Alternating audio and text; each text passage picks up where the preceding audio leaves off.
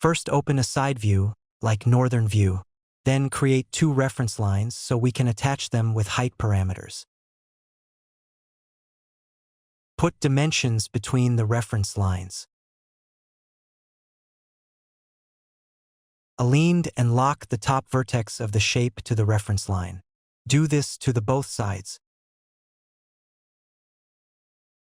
Next, click on a dimension and click on the button to create a new parameter. In the Parameter Properties dialog box, we put H1 for one side, H2 for the other side. Also, I click on Instance Parameter. Later, let's discuss on Instance and Type parameters. Load the mass to the project, and here you can see you can change the side's height now by parameters.